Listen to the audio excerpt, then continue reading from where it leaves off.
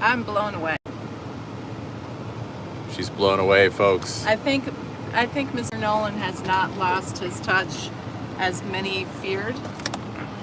I actually thought that was one of the best films I've seen in a long time, and it made all of the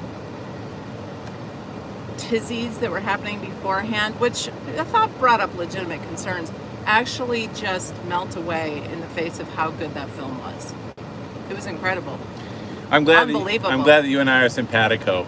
Let's get married. Let's get married. First off, this is a must-see. Wow. I think this is a movie that has to be seen. Second, I think it's a movie for veterans. Truly. Oh my gosh, yes. It's about PTSD, and it's about getting home, and it's about restoring your health, your consciousness, your family. It's wow. Did you think that the race swapping controversy had any bearing on this movie at all? No.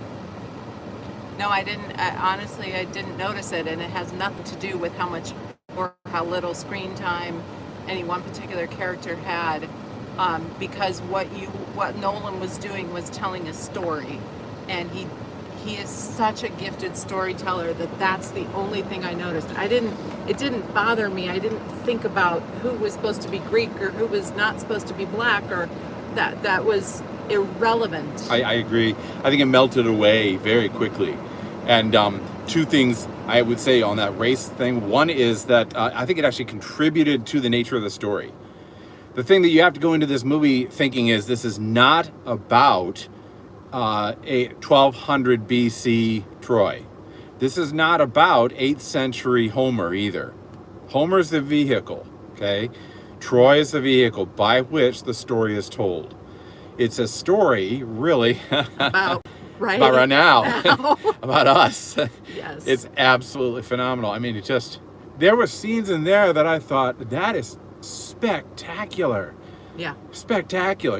Okay, Nolan's style is normally to shoot dark, and this is shot dark, so there's a lot of darkness. But that also goes with the theme. But he's telling a story about right now. And so therefore, I think the race swapping thing, it didn't affect the story at all. In fact, it contributed to it because you realize he's telling this story about America, about the West, about our Western culture, not just about Greece specifically. Yeah. Second, the big ones, which were Ellen Page, and Nyong'o, the young black actress. Lupita Nyong'o. Okay.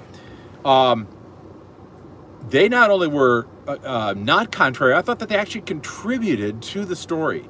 Yeah. Both of them. It was absolutely amazing. I mean, Elliot Page, for whatever bad decisions she has made, she actually does a good job in this role. Yeah. And it's almost like Nolan chose her because I thought at first it was a pity choice, right? Because she wasn't getting any work. Yeah, maybe. I realized in this version that actually it's not that. She is, how did I say this? I think she represents the chaos and the disorder and the fractured mindset of our current age. It's almost like she was cast in this role because everybody knows that she's Ellen Page. And she's like, I won't say a victim of our current mania, but she is certainly someone who represents our current mania. And she ends up being the smallest and the wimpiest and the most fragile soldier there who does this tremendous deed.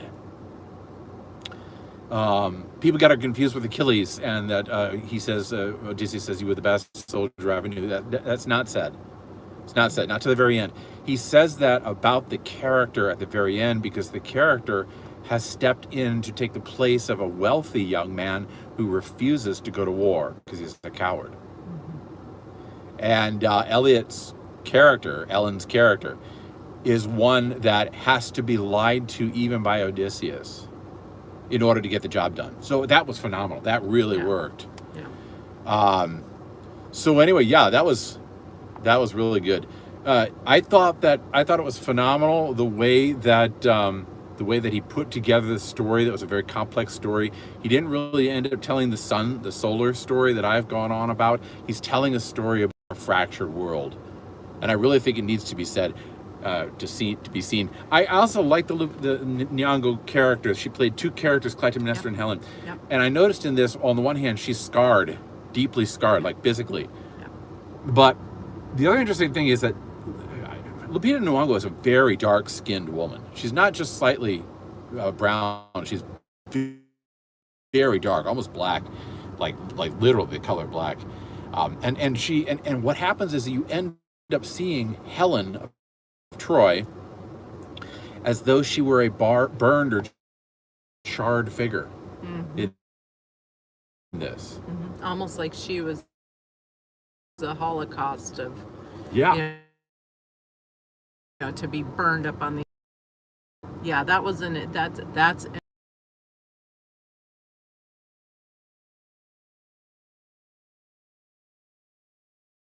take that. Very